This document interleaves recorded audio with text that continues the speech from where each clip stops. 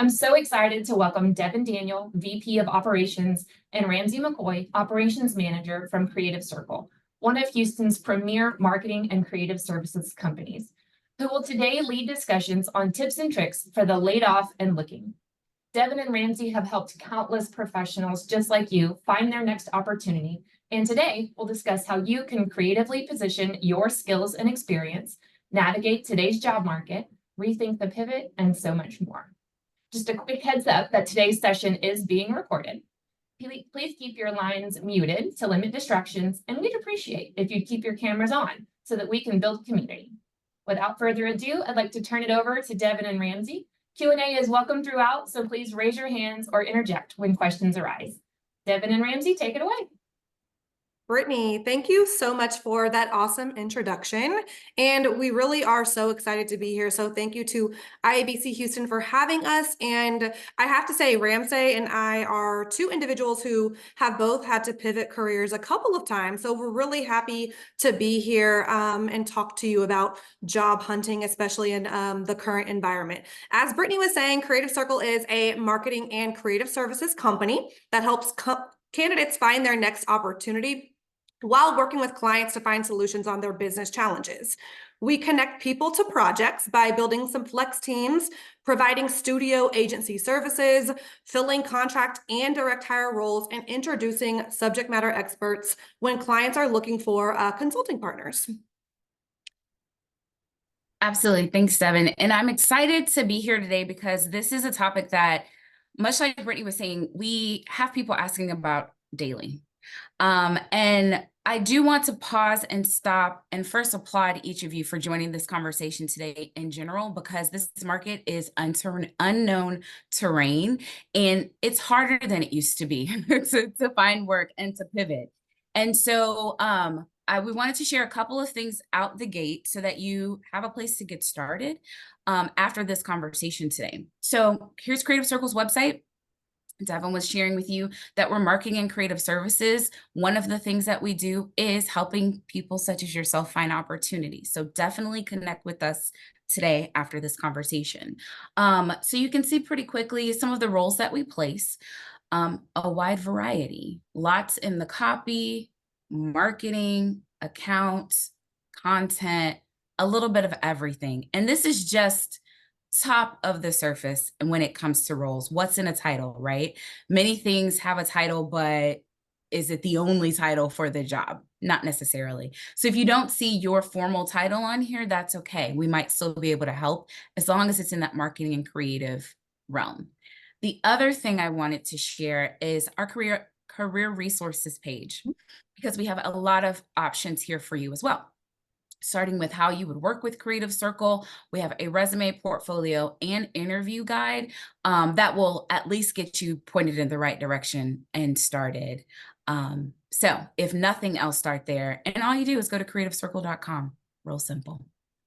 Awesome, Ram. Let's jump right in. So let's talk about how to tackle the job search in the current times. It's a skill set that comes with experience, and we know that it's a grind. It's also something that's never really formally taught. So Ramsey, as the operations manager and, with 10 years of recruitment experience, you're talking to candidates daily. What advice do you have for job seekers right now? Absolutely. I was thinking about this question beforehand because I know everyone's going to say, like, where do I even begin? What do I do? So after, of course, you check out the resources page, there's a quick list that, I don't know about you, I'm a bullet point type of person, so give it to me quick, that I came up with. So I hope this helps. Number one is being flexible.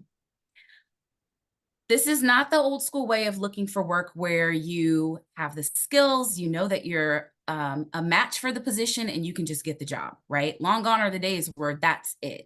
Now it expands beyond that. So you have to be a bit more flexible, especially post-pandemic.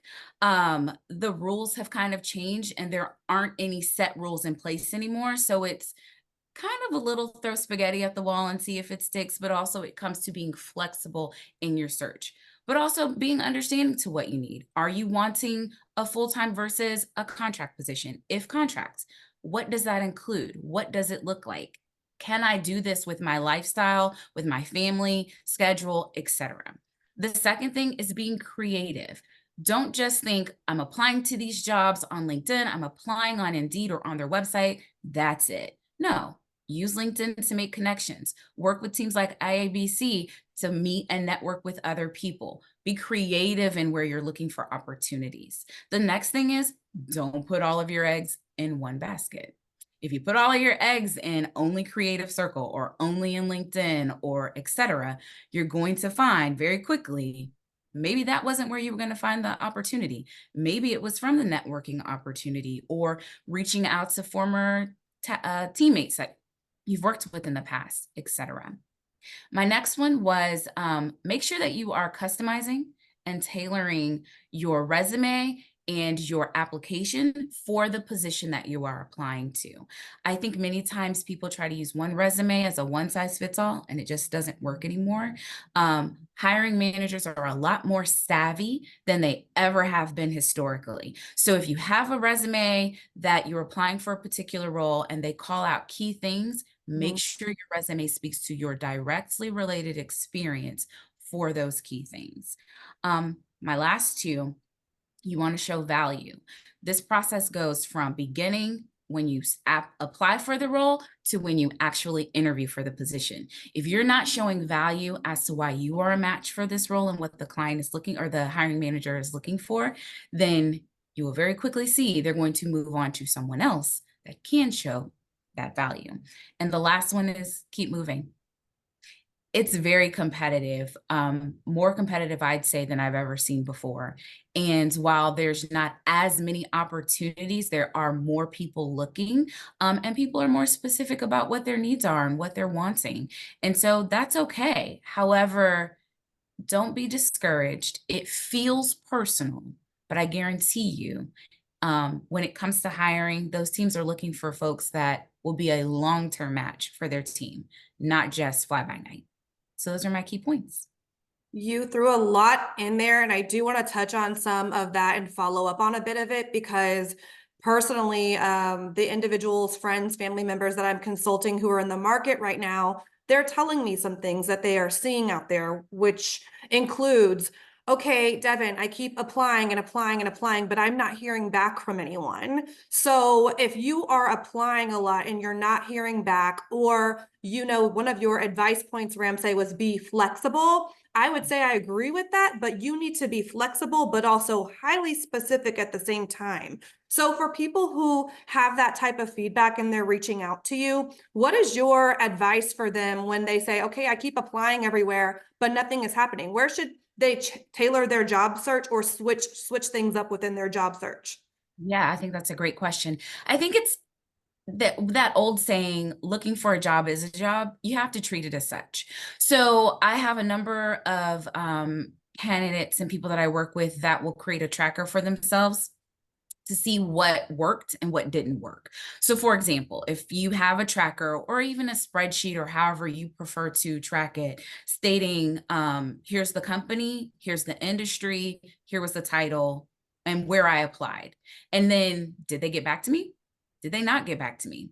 If they did they provide a letter and say why? Was it real feedback? Many times you won't get feedback, and that's okay. And I do want to make a note to that to come back to later. So Devin, don't let me forget about when you don't hear back about why.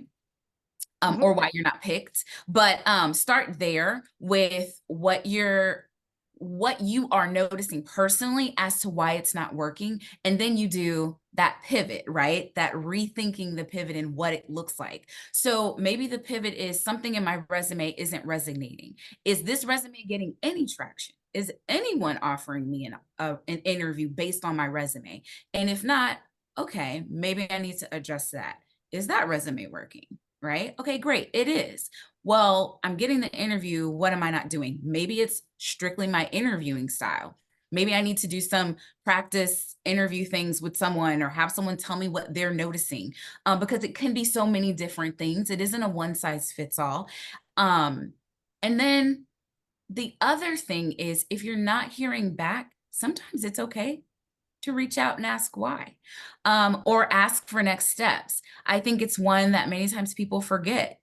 Communication's two-way. So you're applying for something, you want the job, show you're interested by reaching back out and saying, hey, what's going on?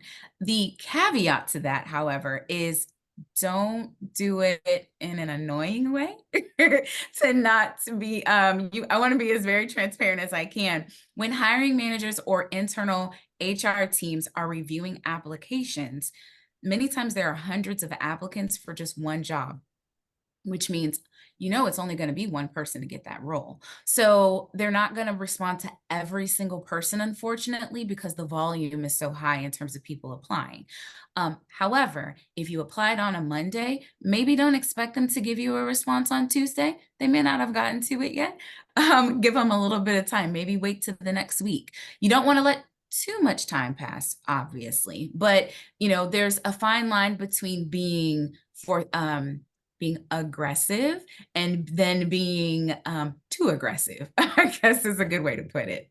Yeah, Meredith has a question, and I will get to that soon, but I did want to add on to what you were saying, Ramsey, because I think a lot of people on the call might be saying, well, how do I find balance in my persistence of follow-up? I think there's a very big difference between putting in your application and there's nothing happening. If you have then moved into the interview phase where the hiring team has reached out to you and they're putting you through process, you should absolutely be persistently following up on my next step, what's happening, to show that interest, and they will definitely get back to you on whether you are not going to move forward in the process or not. My background before Creative Circle was public relations. So follow up was everything. You had to follow up if you wanted anyone to write about your client. And so follow up is key, but Ramsey, like you said, it's all about being smart when that happens and when it's appropriate. Meredith said, could you please give us an example of how you would show value so you stand out besides just having the job skills?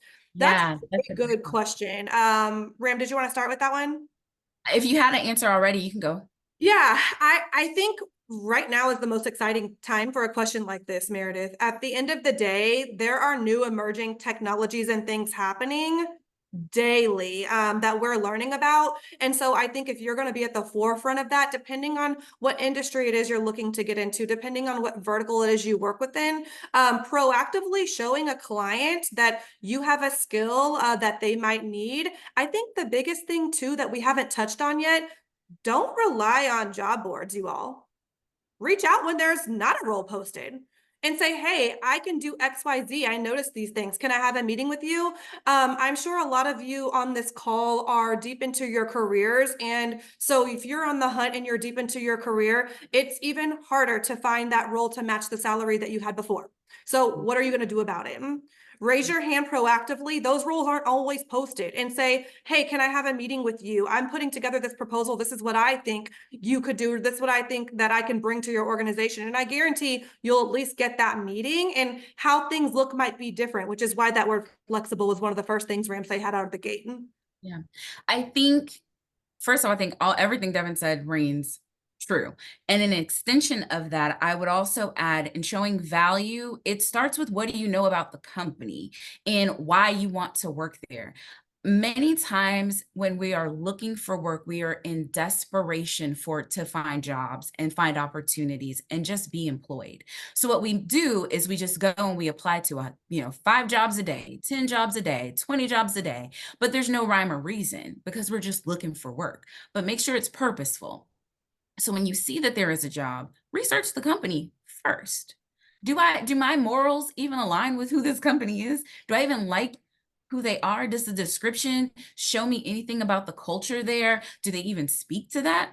So if you start there, then you will find a personal tie that makes you more interested in this role. Sometimes it's going to be that great company that you've been watching. You're like, I really want to get over there. But many times it's a company you've never even heard of. And so you have to learn about them first. Then you know how to position yourself and show the value you would be able to add because of your interest in the organization, right? If it's an organization that works with children and you have your own kids and you're passionate about that, well, let me learn about what they've been doing. Oh, I see on their LinkedIn, they had this new thing that they're working on. Oh, on their website, they just did a press release that shows this new initiative, et cetera, et cetera, et cetera. What in my history, in my work career, have I done that directly connects to that? What opportunities do I see for them? What can I bring to the table to help them get this mission or this vision to fruition? Right. And then when I'm applying, I'm making sure I'm highlighting those things in my resume. I'm making sure if it asks for a cover letter, I'm including that there. If I'm responding to someone on LinkedIn and saying, hey, I saw you have this position, I'm interested, but here's why I'm interested. Not just, hey, got a job for me, but here's why I think I can help and why I would like to meet with you all about this position. That is how you show value. I also want to throw out that I've personally never received a job through me applying to a job post. I think it's important that we address that because all of the roles that I've ever received have been from my personal network. I reached out to someone and I said, hey, looking to get on with this company, what do I do? They either work there and I know them, or these days, unfortunately, a problem that we have at Creative Circle, a lot of our client contacts been laid off. So finding those people again has been more difficult because they're looking for work. They're now consultants. And so what do you do in that situation when your first level connections are no longer at these companies? Do not be afraid. Be confident in your skill set.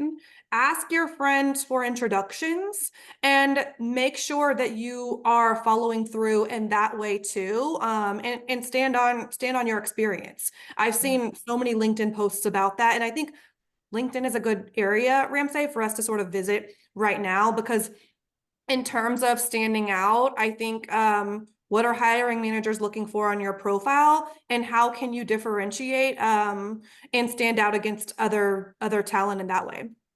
That's a great point. There's a variety of ways. The first thing I will tell you that I think people forget or don't consider, whatever is in your resume needs to be on your LinkedIn. It's one of the first things I have hiring managers say to me, that the two don't match. And it seems like, duh, it matches, but some hiring managers use LinkedIn as Bible. And so if it doesn't say who you worked with, who you worked for, what your responsibilities were, etc., then they're going to say, what's missing? Why is there a disconnect? So that's number one.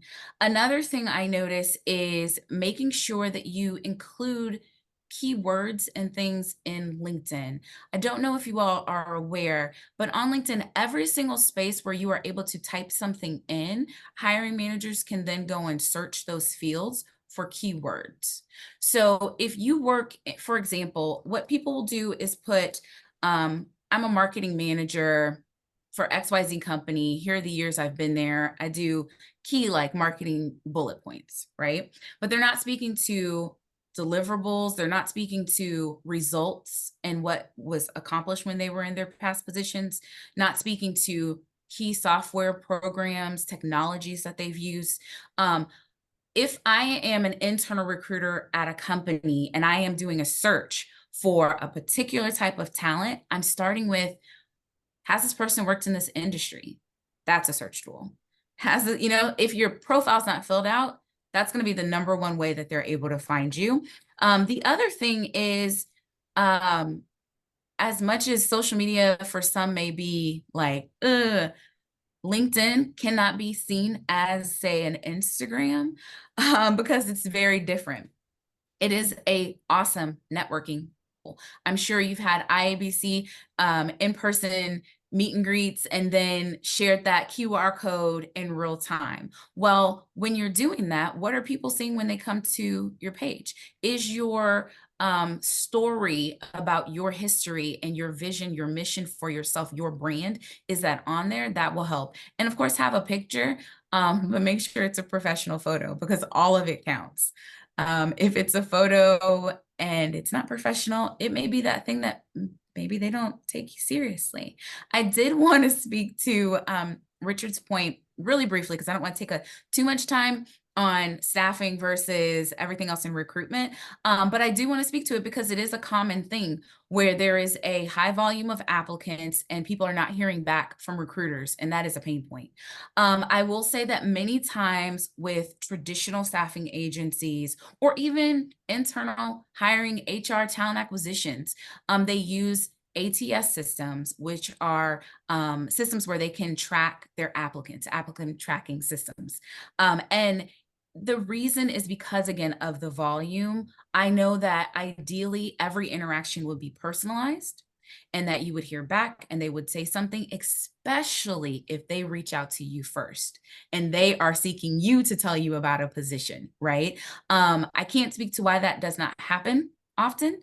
And when it does, it's great. When it doesn't, I can't speak to it if it's just if that recruiter is being transactional and just like trying to find the person for the job and then moving forward.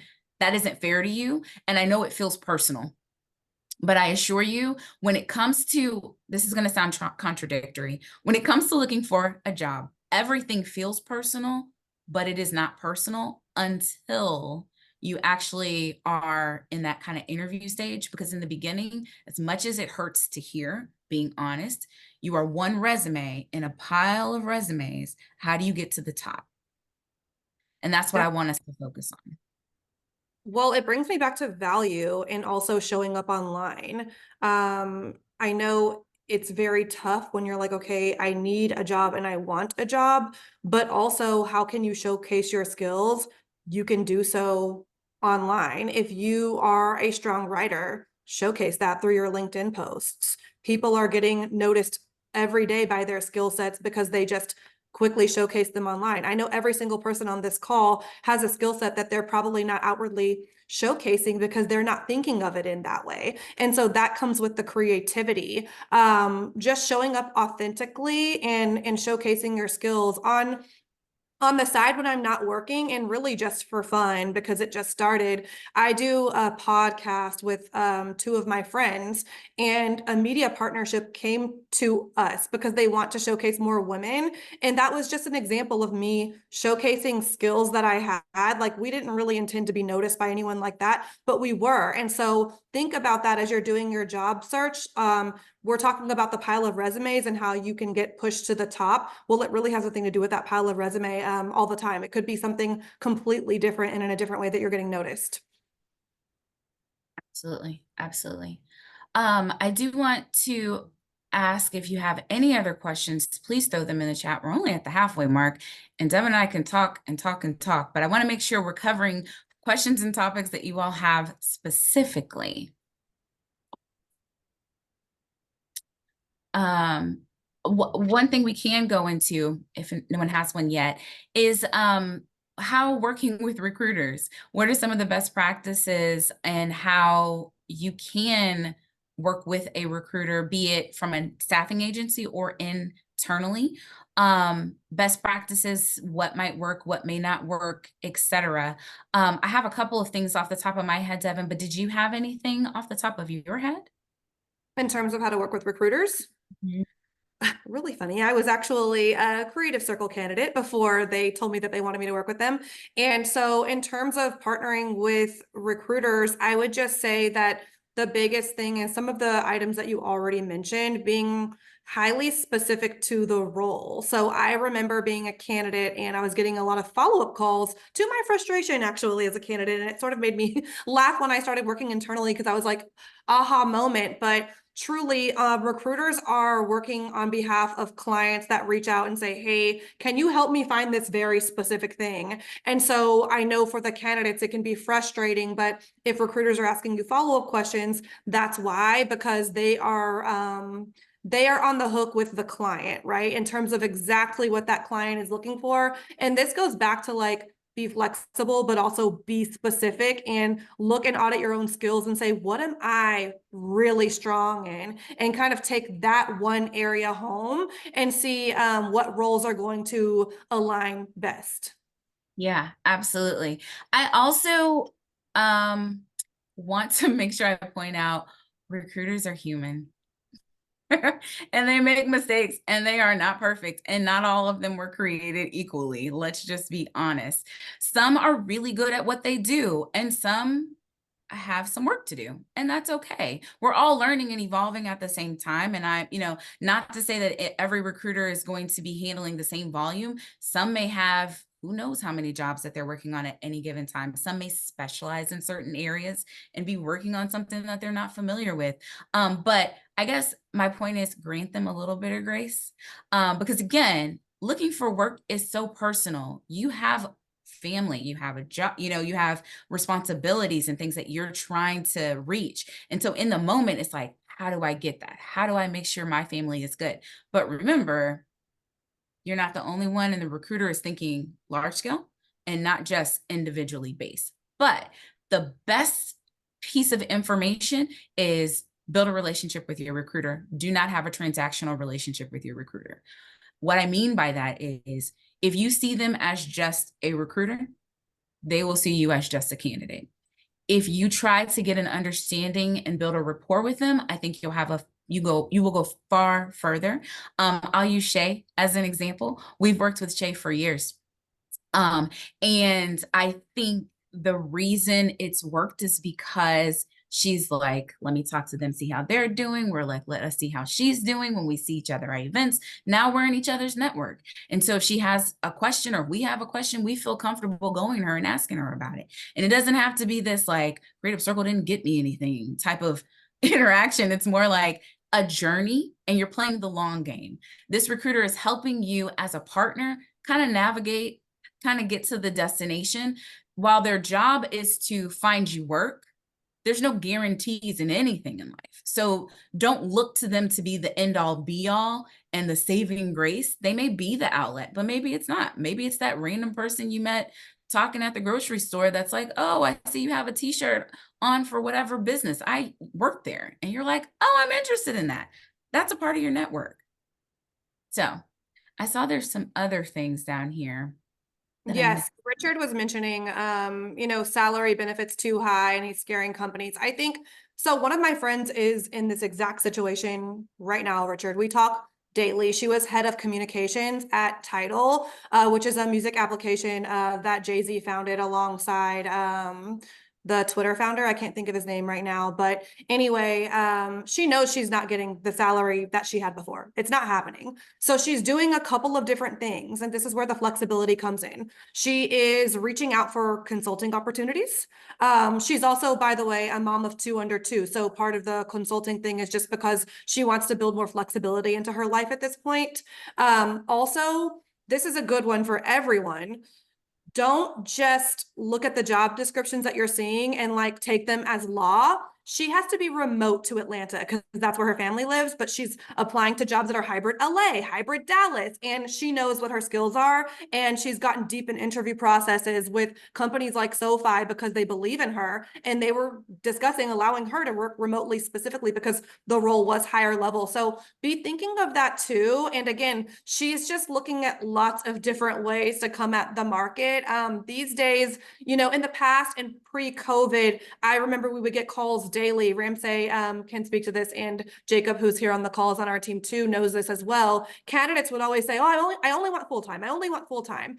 And, obviously we know where that's coming from. People want the stability. They want the benefits. We all do. But these days, companies are really rethinking their overhead. They're really rethinking the way that their teams are structured. They're really rethinking the bottom line. And so truly, that's why we keep repeating that keyword today, which is flexibility to the market, and just sort of changing the game for yourself.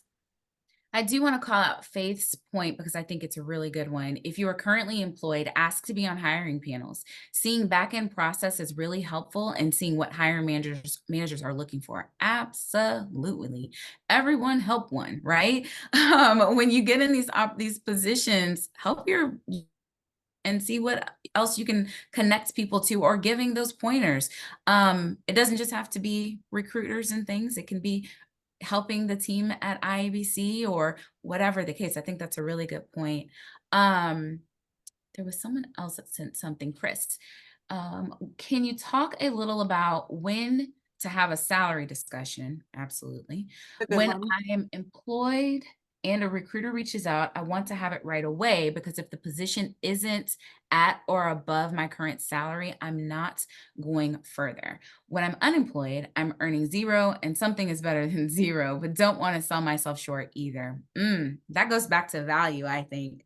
Devin, I Also, see yeah. salary is extremely critical right now, you all, because of the market and the way that it's sort of like flexed up right after COVID. And now things are slowing back down and the market sort of shifted back. And so, Chris, to your point, like, it's like you're alluding to, well, yes, if you're on the market these days, you're going to want to accept something so that you get back in the game.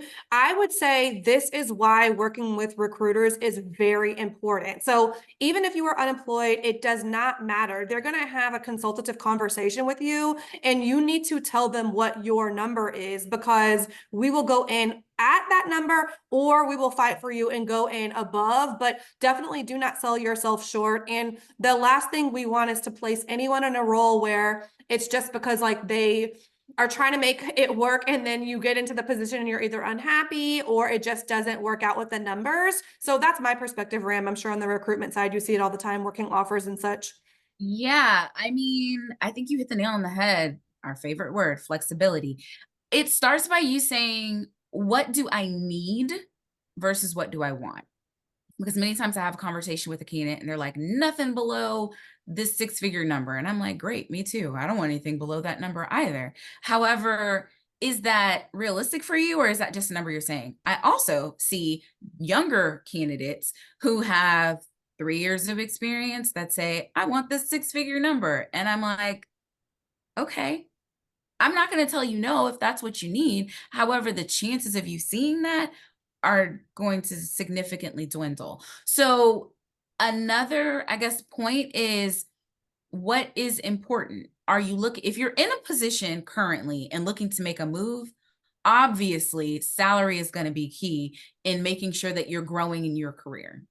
That's one thing. If you're not working and you're looking to get back at where you were, negotiation, to answer your question, Chris, of when, I think in the beginning, if they give you a number and they say, this is what the rate is, if it's hard and steady, like there's no changing it, now you know, am I interested in proceeding or am I not? Is it more important for me to get this job in the running and to interview with them with the possibility of them negotiating or being open to negotiating higher later?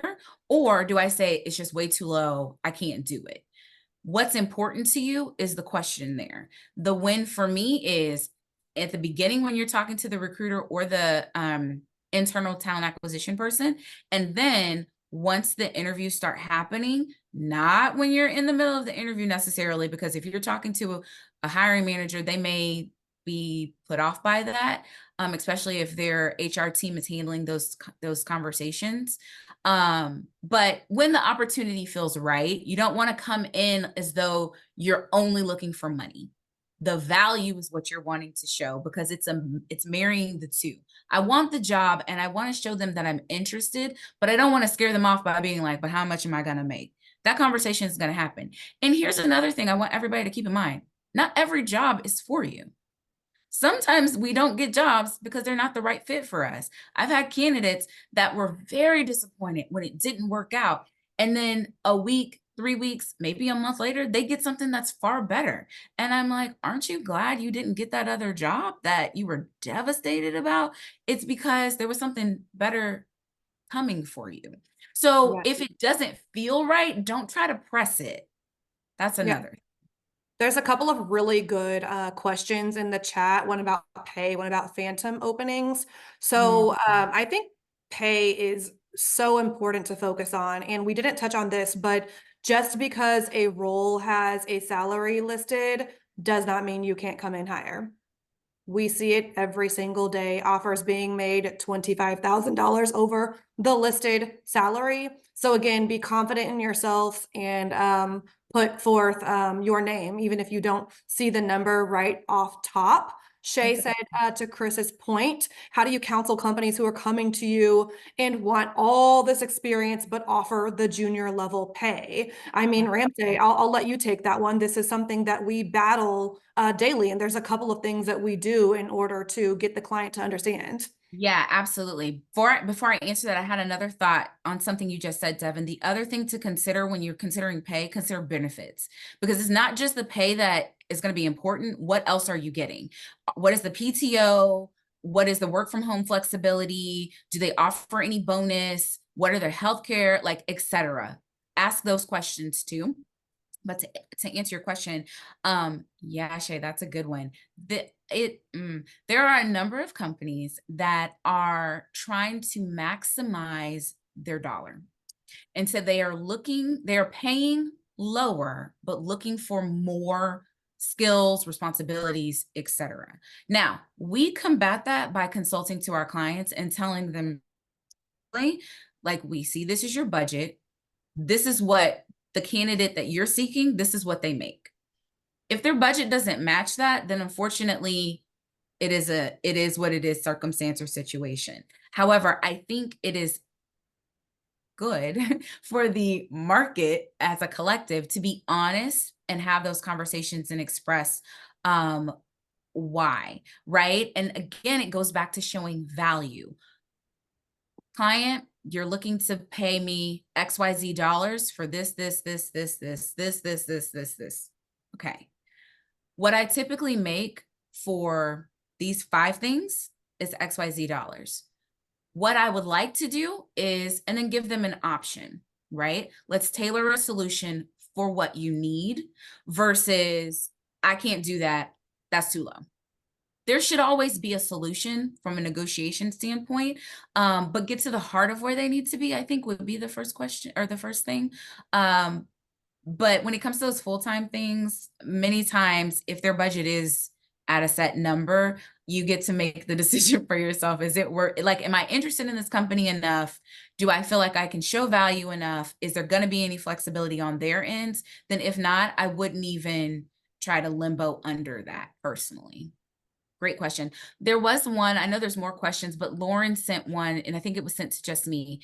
Going back to resume, it says aligning resume bullets to job descriptions. Is it better to match language, for example, fostering media relationships, led event planning, etc., or provide examples of both? I would say it depends. Most likely both. I think it's very subjective. There are some people that skim resumes for keywords, and then there are some who read it with a fine-tooth comb, and they are checking for grammatic errors, especially if you're applying for something that's copy-based or copywriting, I should say, based, or marketing communications based. They want to make sure that you pay attention to detail and those things are in there. So storytelling and giving the full picture is always going to be a better fit than just making sure the words say, they're looking for event planning and your resume says event planning. Yeah, event planning, but give the description as to what you did. Oftentimes I see very short bullet points. That's not enough information. If your line is 4 words for the bullet point, most likely you need to improve that, show results. What was the goal? What was your contribution? What was the result? That needs to be in your resume. What else? The phantom posting. So I'll touch on that. It's like rampant these days. And it's almost like I hate putting it out there, but the reason for that is so that companies can fight against what Creative Circle and other staffing and services companies are, so that they can get all of the names in their hat. And so what that means is once they're looking for a graphic designer, they can just say, oh, well, the one that you sent me, that's great. And they may or may not have even reviewed the profile, but they have that candidate in their system technically. So therefore they're not going to partner with us on placement, although we're doing a very one-to-one custom service. So I'll say that's where phantom postings are coming from. How can you look out for them and avoid them? Couple of things. This is so good, Brittany. I'm glad that you brought this up. I think a smart thing for everyone on here who's looking for a job, go around just putting your resume to the job posting, and get savvy. Look up the hiring manager for the role. Sometimes the hiring manager's title is in the job description.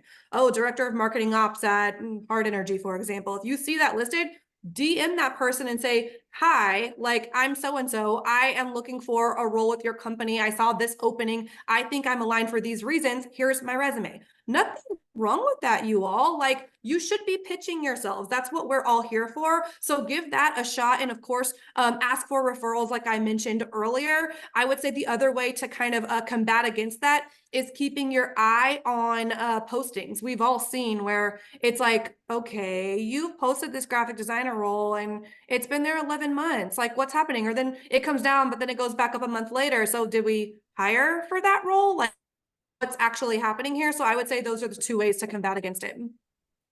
Yeah. Cover letter. Faith says, the cover letter is also a good place to address what you're looking for and why. I saw a really nice cover letter for someone who had a ton of experience, was applying for an entry-level position. She said something to the effect of, I may seem overqualified for this role, but I prefer executing over managing, something like that. Really great point, Faith. Yeah. Again, yeah, Devin says it's showing value. I appreciate that. Faith also says we won't hire anyone who doesn't provide a cover letter. We also require writing samples. Faith, that is a great point, to which I want to say, if you are on this call today and you do not have a portfolio, you are doing yourself a disservice. You're probably saying, well, portfolio of what? Anything that you've done, show them. We live in the digital age of TV, social media, everything at your fingertips. People are visual and they do not always read. I repeat, people are visual and they do not always read. So because of that, you want to make sure that you are meeting your audience where they are. Resume is good. And again, like I said, there are those who are skimming for keywords, but then there are also those who are taking their time and reading through. Okay, so when you have your portfolio, what case studies can you show as to a campaign you worked on? Or company was going through a merger. What was your role in the merger? What was the goal in the beginning? Was it to make sure that we were doing internal communications to everyone and you played a part by writing the communications for that? Put that in there and tell the story. My company was doing a merger and acquisition and da da da da da da da. We were tasked with this responsibility. My responsibility was to boom, boom, boom, boom, boom. Here are examples of what I did. Here was the result of that merger, etc. This campaign for XYZ client, like, and it doesn't need to be 20 pages. A good strong case studies of 3 things, gold, because you're showcasing and telling the story of what your work is, why you were good at what you did. Tell the software and tools that you use. Tell who you worked alongside. Were you working with C-suite senior leadership? Were you working with the graphics team? Were you working with an external agency, right? Give all of that. Tell the full picture, because you cannot guarantee that you'll get the interview. What is going to get me the interview first? And then when I get in the interview, how can I finish and take it across the finish line? Okay. Cover letters, not sure. Brittany had another really strong question. What is the difference? What's the biggest difference between recruiting and interviewing a pre and post COVID era? We've talked so far on applicant volume and then salaries going up and then back down. What else are we seeing? I think the biggest thing that we are seeing is the market is doing what the economy is doing. It is like sort of frozen. We're like, okay, soft landing, okay, recession, okay, it's strong. Like, so it's frozen because no one really knows. And what we have seen is an all-time low in full-time direct hire roles at Creative Circle. It is abysmal, you all. And so to me, that just indicates that, again, within the marketing and creative industry, teams are looking at agency services. They're looking at consulting services. They're looking at flex bench teams. They're looking at artificial intelligence, which we haven't even talked about yet on this call. So there are a lot of different things happening that are just vastly different than even a year ago. 1000%. There used to be this saying within our office in Houston, or in staffing in general, that things are cyclical. There were seasons where it was very customer focused and the customer caused the demand and they got to set the rules and the rates and people just acquiesced. And then there were seasons where the candidates reigned supreme and they said, we're not taking anything lower than this. And it did very well. Post pandemic, that there is none of that. Like there's no set track and it's hard to gauge and to follow. And so that goes back to flexibility and creativity. You can't look at your search from a let me apply and see what happens anymore. Devin was saying earlier, it truly has to be, how can I take this to a new level creatively? How can I look beyond what's in front of me to create opportunity for myself? And I'm not saying a job, because obviously you can't make them have a job, but you can find where you fit in to get your foot in the door, if that helps. Definitely.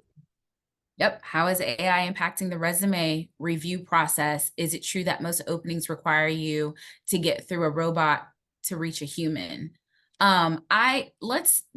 Devin, I'll take the rec side if you want to take the more clientele side of the AI topic. I'll start. So AI is one thing that I will encourage everyone on this call to embrace. The number one fear that people have is it's going to replace me, or like you're asking, Brittany, people are using AI only to review, and it is a tool because it does help you get through things from a recruitment standpoint.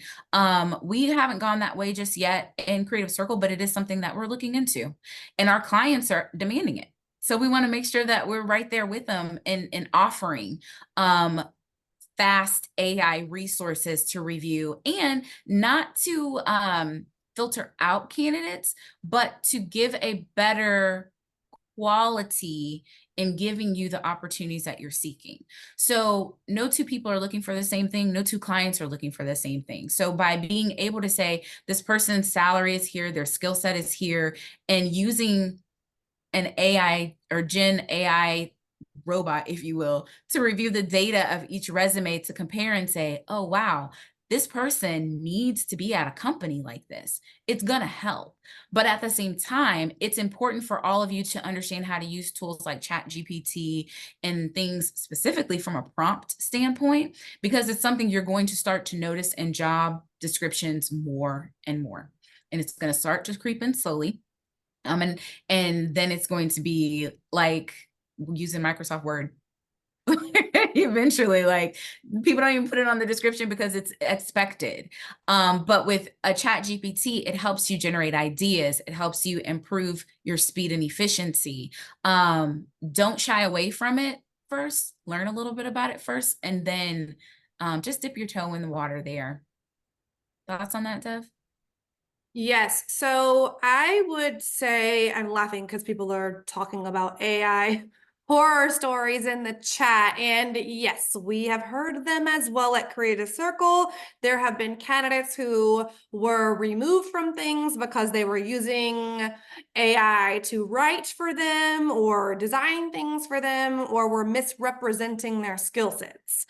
That's not what we mean here. We mean using it to your benefit. And I think one of the smarter ways to utilize ChatGPT right now in your job search is taking a job description, throwing it in there and saying, can you pull out the keywords and write a resume for me on this? Doesn't mean use that resume. It means take the keywords. Because Brittany, to your point, I mean, ATS and all that's been around forever. Like, yes, there's always going to be that filtering system, and that's really what the AI is doing. And so making sure that your resume can align. And of course, Richard, you sort of made a comment earlier, like, well, I've done that. I've had my resume redone and it's still difficult. So again, things are ever changing and always moving, and we are just needing to consistently evolve ourselves more quickly. I think that's another answer that I'll provide to like what's changed. Like things are just changing at a pace that is hard for us to even keep up with these days. There's another question. Hector said he's worked his entire career in multicultural agencies, which I love that as a creative.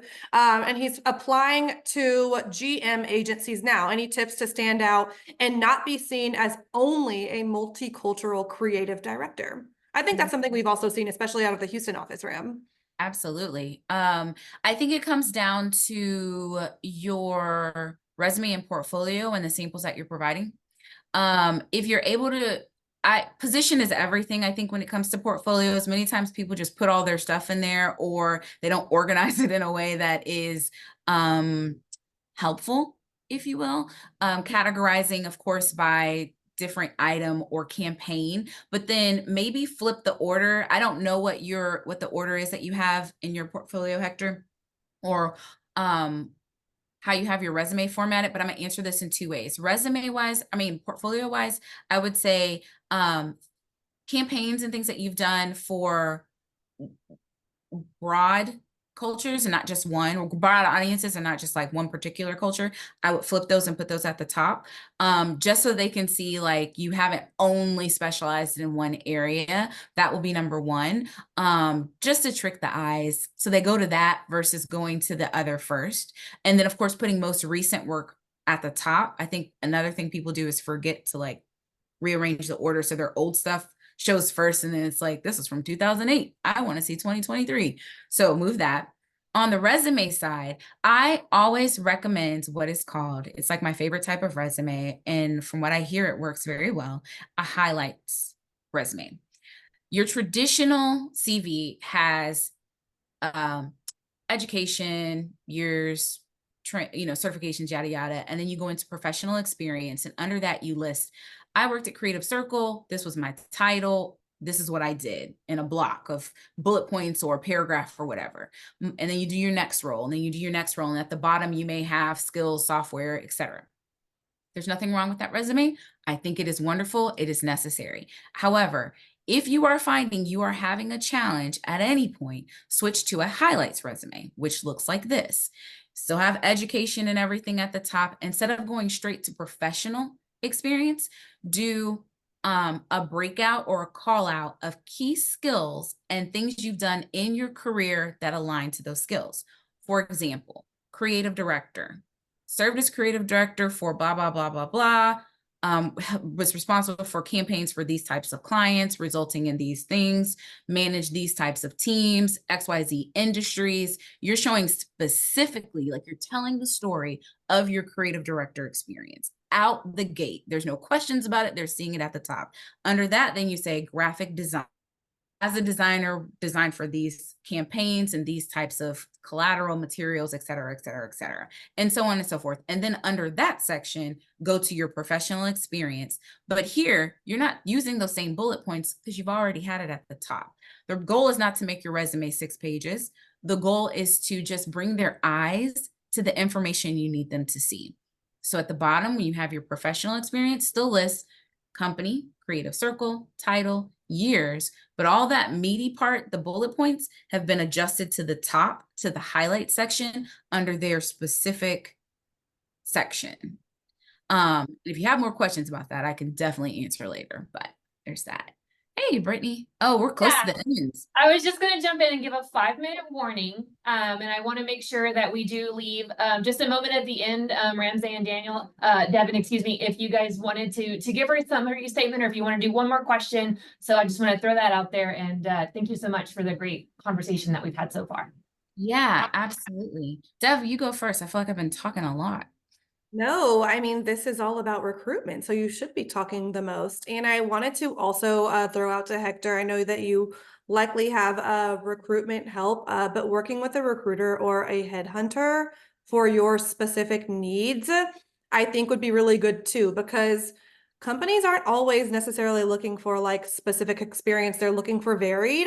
So keep that in mind and just stay confident in it. And I would just say thank you to everyone on this call today. If you are someone who you're on the market looking, or you're about to be looking, just stay patient, stay confident, stay creative, and really find your specific lane. I found that that's worked for me over the years, whether that's like thought leadership posting on LinkedIn and becoming noticed, or just looking at my skill set and sort of just pivoting it in a way that I hadn't thought about it. So that's really the biggest takeaway that I wanted to give you all today. And I appreciate all of the questions and conversation. I'm going to finish by going back to where I started because there are some more people who have joined the call since we first began. And I'm just going to give my quick list of bullet points one more time as to what I think you can start for today. I shared before the Creative Circle Talent Resources page. Go to our website. We have information on how you can work with Creative Circle. We are a national technically international because we have a team in Toronto, but we are a national organization. So we have jobs across top metropolitan cities across the US. We have a resume, portfolio, and interview guide on our website right now, as well as other blog posts and collateral and things that are free that you can use right now. In addition to that, connect with Devin and I on LinkedIn. While she is far being on LinkedIn than I am day to day. We do go on there and we do see your messages. It may take us a minute, but we'll get to you. The other thing I was going to say, so my list, I'll call them out to you all really quickly. I said, number one, as we already talked about, stay flexible. Make sure you are creative in your search. That's number 2. 3, don't put all of your eggs in one basket. Make sure you are using various resources to look for a job. It may not be just Creative Circle. It may not just be LinkedIn. It could be your network, etc. Make sure you are customizing and tailoring your application, resume, cover letter to the job you are trying to apply for. Make sure you show value to the company, starting with researching who they are before you even apply, and make sure you know what value you can share when you go into the interview. And then, like Devin said, keep moving your feet. Don't stop. It doesn't end until you find the job. And even then, you're building the story of your career. And you want to make sure that that story is one that shows value and that you want to tell continuously. So we're here to help however we can. We know the market is tough and frustrating and competitive, and we will do anything we can to help. And we thank you for your time. Yeah, thank you guys so much. This was great. I want to close just by reminding people, I think one of the things you repeatedly mentioned was networking. So 2 weeks from today is our Bronze Quill Gala. We had one of the highest number of entries that we've had in a long time. And this is a great opportunity to network with other people at that event. And we also have a number of networking happy hours completely free. You don't have to be a member to attend either Bronze Quill or our networking events. So make sure you're following IABC Houston on social media and you're subscribed to our newsletters. That way you can get all of that information and remain connected to not just the organization, but your peers. So again, thank you all so much, Ramsey, Devin, and then everyone else who joined us today. I think this was a really great conversation and we're just thankful for your time.